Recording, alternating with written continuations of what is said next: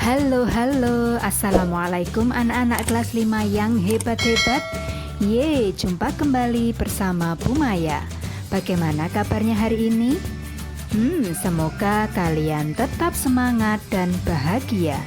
Oke, untuk pertemuan kali ini kita akan belajar bersama tentang cara memelihara organ pernafasan. Yuk kita mulai belajar bersamanya.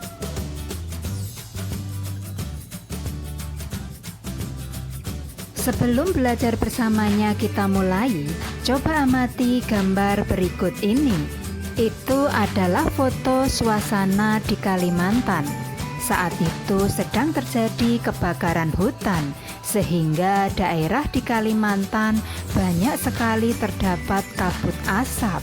Kita tentu selalu menjaga kesehatan tubuh kita, termasuk kesehatan organ pernafasan kita. Namun seringkali faktor lingkungan sangat besar mempengaruhi kesehatan kita, seperti yang terjadi pada tahun 2015.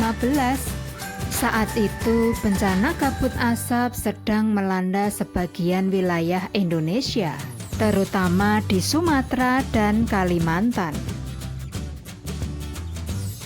Kebakaran lahan dan hutan telah menjadi bencana kabut asap. Hal tersebut menyebabkan debu atau partikel halus hasil kebakaran seperti jelaga dapat dengan mudah terhisap dan mengotori sistem pernafasan kita.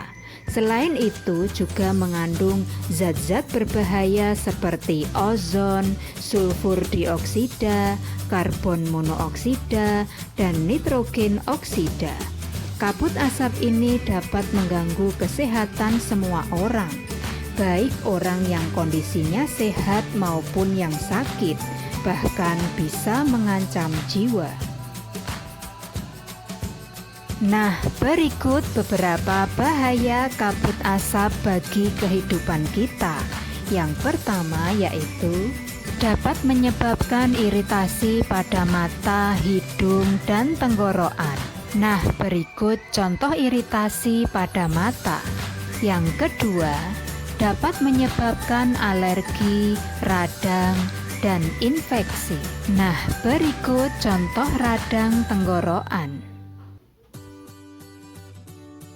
Bahaya kabut asap yang ketiga yaitu dapat memperburuk penderita asma dan bronkitis. Yang keempat, kemampuan kerja paru berkurang dan menyebabkan mudah lelah serta sulit bernafas.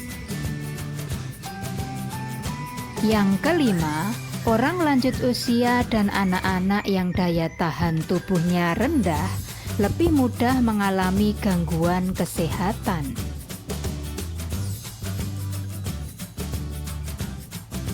Bahaya kabut asap yang berikutnya yaitu dapat mengurangi kemampuan tubuh dalam mengatasi infeksi paru-paru dan saluran pernafasan, sehingga lebih mudah terjadi infeksi.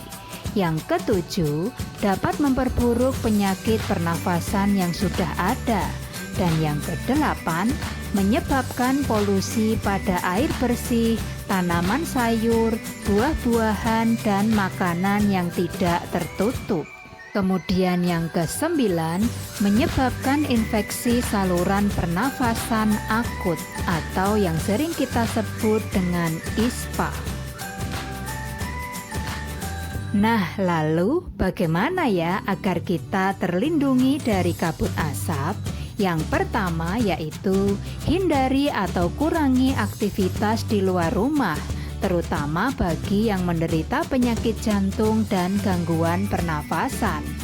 Maka stay at home. Kemudian yang kedua, pakai masker jika keluar rumah. Dan yang ketiga, minumlah air putih lebih banyak dan lebih sering agar debu atau partikel halus yang menempel pada tenggorokan kita dapat larut dan masuk ke dalam pencernaan sehingga ikut terbuang bersama kotoran. Dan yang keempat, segeralah berobat ke dokter atau sarana pelayanan kesehatan terdekat bila mengalami kesulitan bernafas atau gangguan kesehatan lain. Cara melindungi diri dari kabut asap yang berikutnya yaitu upayakan agar asap dari luar tidak masuk ke dalam rumah kita dengan cara menutup jendela dan pintu rumah kita. Yang berikutnya, tutup tempat penampungan air agar debu tidak masuk ke dalam air. Kemudian yang berikutnya, cuci buah-buahan dan sayuran sebelum dikonsumsi atau kita makan. Nah, seperti itulah cara melindungi diri kita dari kabut asap. Lalu, bagaimana cara memelihara organ pernafasan kita? Caranya, yang pertama, makan makanan bergizi agar daya tahan tubuh terjaga dengan baik. Dan yang kedua, olahraga teratur supaya alat-alat pernafasan terlatih baik sehingga dapat bekerja dengan baik. Kemudian yang ketiga, istirahatlah cukup dan posisi tidur yang benar, yaitu miring ke kanan dan jangan telungkup. Kemudian yang keempat, tidak merokok dan hindari asap rokok karena banyak mengandung racun.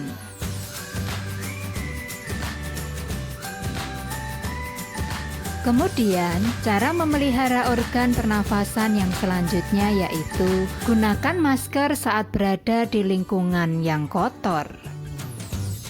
Yang kedua, kurangi makanan dan minuman dingin karena jaringan paru-paru sensitif terhadap dingin.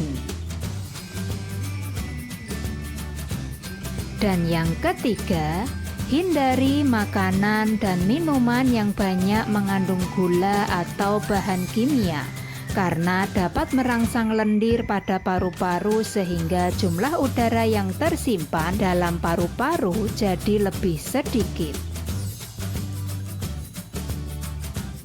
Kemudian yang kedelapan, bersihkan rongga hidung secara teratur karena bulu halus dan rambut hidung berfungsi untuk menyaring kotoran.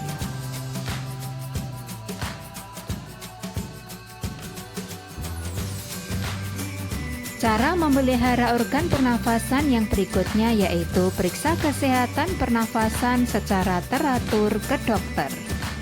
Cara yang ke-10 yaitu jaga kebersihan lingkungan supaya tidak banyak debu beterbangan agar tidak masuk ke dalam organ pernafasan kita, terutama saat kita menghirup nafas. Cara yang berikutnya yaitu beri ventilasi yang banyak dalam rumah untuk menjaga sirkulasi udara. Bisa dengan memberi banyak jendela atau lubang udara. Cara yang selanjutnya yaitu buat udara bersih di lingkungan rumah dengan menanam banyak tumbuhan hijau. Dan yang terakhir, cegah ruangan lembab karena virus dan bakteri mudah berkembang di lingkungan yang lembab.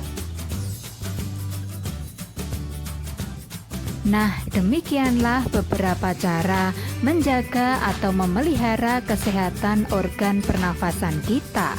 Mari kita jaga organ pernafasan kita. Alhamdulillah hari ini kita telah selesai belajar bersama tentang cara memelihara organ pernafasan. Bagaimana? Apakah kalian sudah mengerti? Kalian memang luar biasa. Oke, jangan lupa like dan subscribe ya. Dan sampai jumpa di pertemuan yang berikutnya. Terima kasih. Wassalamualaikum. Bye.